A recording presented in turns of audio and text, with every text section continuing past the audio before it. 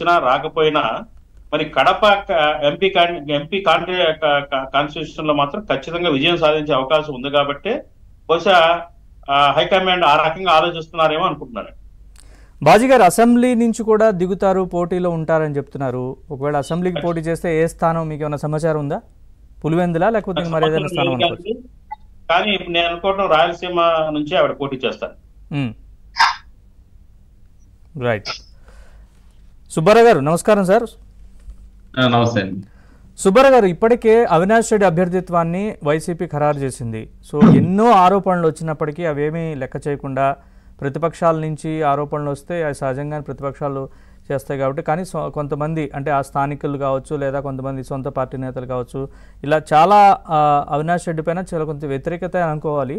So ఇన్ని ఆరోపణల నేపథ్యంలో, ఇంత వ్యతిరేకత నేపథ్యంలో వైఎస్ జగన్మోహన్ రెడ్డి అవినాష్ రెడ్డి అభ్యర్థిత్వాన్ని ఎందుకు ఖరారు చేశారని అనుకుంటున్నారు? అలాగే ఒక క్వశ్చన్, నెక్స్ట్ ఇంకోటి ఏంటంటే, కడప బరిలో లోక్సభ బరిలో షర్మిల కనుక వైఎస్ అవినాష్ రెడ్డిపై పోటీ చేస్తే ఎట్లా ఉంటుంది అనుకుంటున్నారు? ఒకటండి, అవినాష్ రెడ్డికి ఎందుకు ఇచ్చారు అనేది మనం ఇప్పటితో అనుకుంటున్న అంశమే.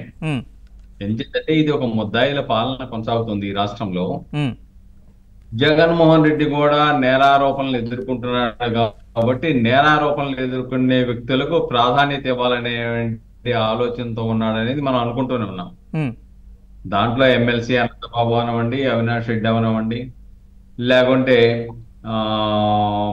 ఇంకా అనేక మంది వాళ్ళకి ప్రోత్సహించడం, అవినీతి కేసుల్లో పోయినటువంటి ఆర్థిక నేరాల్లో ఉన్న వాళ్ళకి ప్రమోషన్లు ఇవ్వటం, ఐఏఎస్లకి ప్రమోషన్లు ఇవ్వటం, రిటైర్ అయిపోయిన ఐఏఎస్లకు కూడా సలహాదారులుగా తీసుకోవటం, ఇవన్నీ చూసాం మనం. అవును, ఇక్కడ చాలా అవినాష్ రెడ్డి జోలికి వెళితే వివేకానంద రెడ్డి గారి మర్డర్ కేసులో అనేక అంశాలు బయట పెట్టేస్తాడు.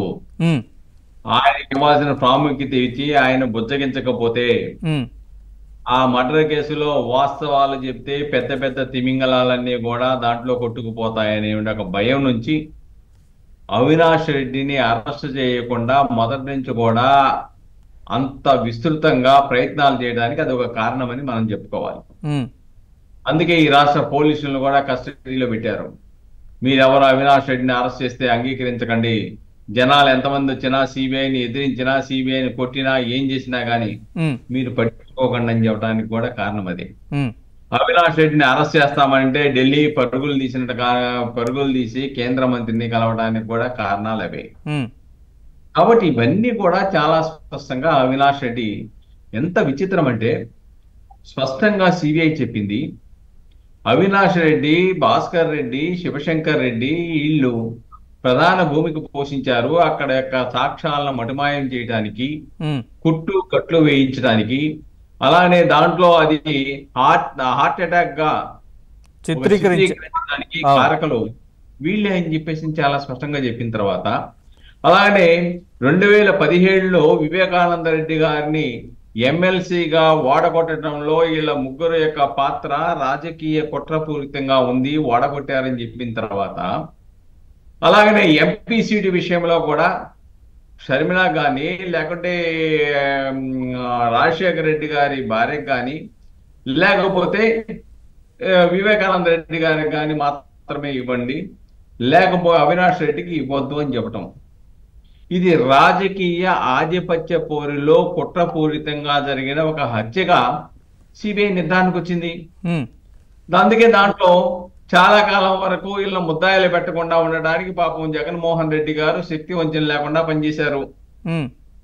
చివరికి న్యాయస్థానం సుప్రీంకోర్టు జోక్యంతో సిబిఐ ముందు కదలాల్సిన పరిస్థితి ఏర్పడింది. తప్పనిసరి పరిస్థితుల్లో భాస్కర్ రెడ్డిని, అవినాష్ రెడ్డిని 7-8 ముద్దాయిలుగా చూపించాల్సిన పరిస్థితి ఏర్పడింది. అప్పటి వరకు ఈ ప్రభుత్వ నాయకులు అలానే వైఎస్ఆర్సీపీ నాయకులు వీళ్ళందరూ ఏం గగ్గులు పెట్టారు, మీరంతా ఆయన బదనామం చేస్తున్నారు మీడియా వాళ్ళు, ఆయన ముద్దాయిలు కాదు, ఆయన ఇంతవరకు ముద్దాయిలుగా నిర్ధారించలేదు సిబిఐ అని చెప్పారు.